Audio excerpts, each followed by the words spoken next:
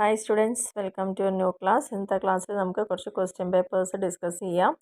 അപ്പോൾ ഇതിൽ നമുക്ക് കിട്ടിയിരിക്കുന്ന ലാസ്റ്റ് ഇയറിലെ ക്വസ്റ്റ്യൻ പേപ്പേഴ്സാണ് കിട്ടിയിരിക്കുന്നത്.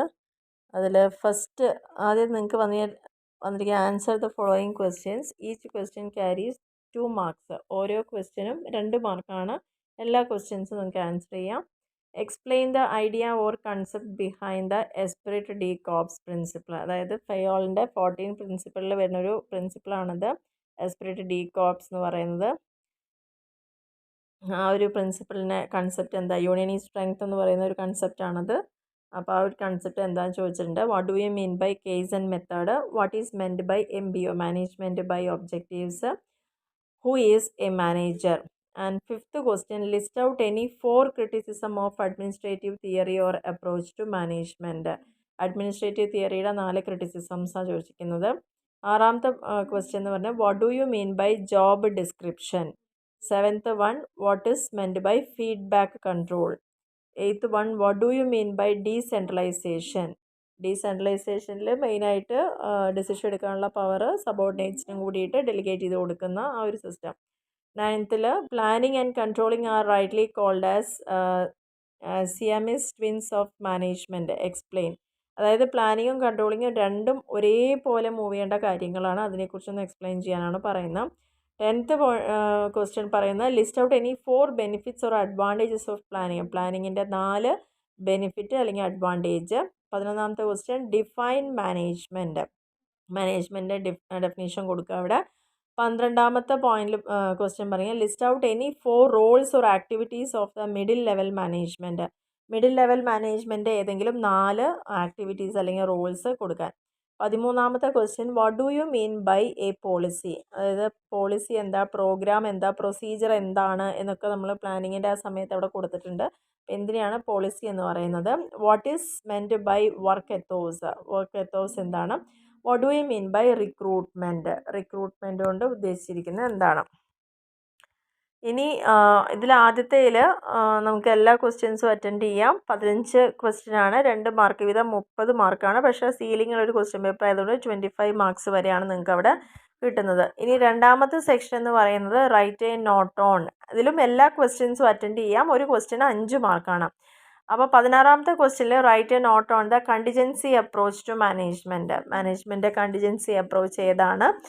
ആൻഡ് നെക്സ്റ്റ് ക്വസ്റ്റ്യനിൽ പറയുന്നത് list out the benefits and limitation of decentralisation. ഡീസെൻട്രലൈസേഷൻ്റെ ബെനിഫിറ്റും ലിമിറ്റേഷൻസും. 18ാമത്തെ ക്വസ്റ്റ്യനിൽ what are the various characteristics or features of directing. ഡയറക്റ്റിങ്ങിൻ്റെ ഫീച്ചേഴ്സ് അല്ലെങ്കിൽ ക്യാരക്ടറിസ്റ്റിക്സ് ഏതൊക്കെയാണല്ലോ. 19ാമത്തെ question write a short note on open book management. ഏറ്റവും പുതിയതായിട്ടുള്ള ടെക്നിക്സിലാണ് വരുന്നതാണിത്, ഓപ്പൺ ബുക്ക് മാനേജ്മെൻറ്റ്. 20ാമത്തെ question distinguish between recruitment and selection. ഇതെല്ലാം വളരെ ക്ലിയർ ആയി കൊടുത്തിട്ടുണ്ട് ടെക്സ്റ്റിൽ.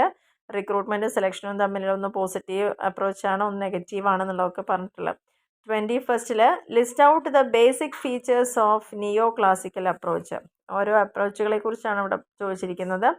22nd explain the planning process or stages or steps involve in planning. പ്ലാനിങ്ങിൻ്റെ സ്റ്റെപ്സ് എന്തൊക്കെയാണുള്ളത്. 23ാമത്തെ question list out the differences between formal and informal organisations. ഇവിടെ നിങ്ങൾക്ക് 40 മാർക്കാണ് മാക്സിമം കിട്ടുക. പക്ഷേ അതിൽ സീലിംഗ് ഉള്ളതുകൊണ്ട് 35 മാർക്സ് വരെയൊക്കെയാണ് ഇവിടെ അലൗഡ് ആയിരിക്കുന്നത്.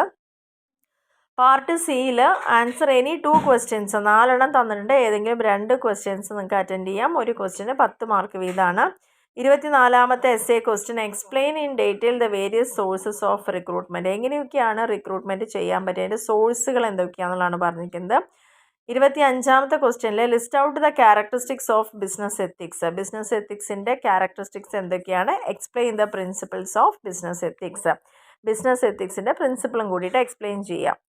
നെക്സ്റ്റ് 26th ക്വസ്റ്റ്യനിൽ Henri Fayol developed 14 general principles of management which are still considered important in management. Elaborate. Henri ഫയോളിൻ്റെ 14 പ്രിൻസിപ്പിൾസ് കൃത്യമായിട്ട് എലാബറേറ്റ് ചെയ്യാൻ പറഞ്ഞിട്ടുണ്ട്, എക്സ്പ്ലെയിൻ ചെയ്ത് എഴുതുക. And 27th question what are the various characteristics or features of controlling. Also list out the steps involved in the control process. അപ്പോൾ essay question 4 വളരെ easy ആയിട്ടുള്ള question തന്നെയാണ് കഴിഞ്ഞ വർഷം. പക്ഷെ നന്നായിട്ട് ടെക്സ്റ്റ് ബുക്കിൻ്റെ ഉള്ളിൽ തന്നെ അവർ ഡീപ്പായിട്ട് ചോദിച്ചിട്ടുണ്ട്. അപ്പോൾ അതുകൊണ്ട് തന്നെ ഇന്നത് മാത്രമാണ് ഇമ്പോർട്ടൻറ്റ്, അല്ലെങ്കിൽ ഇത് പഠിക്കേണ്ട എന്നില്ല, കംപ്ലീറ്റ് ആയിട്ട് നോക്കിക്കോളുക.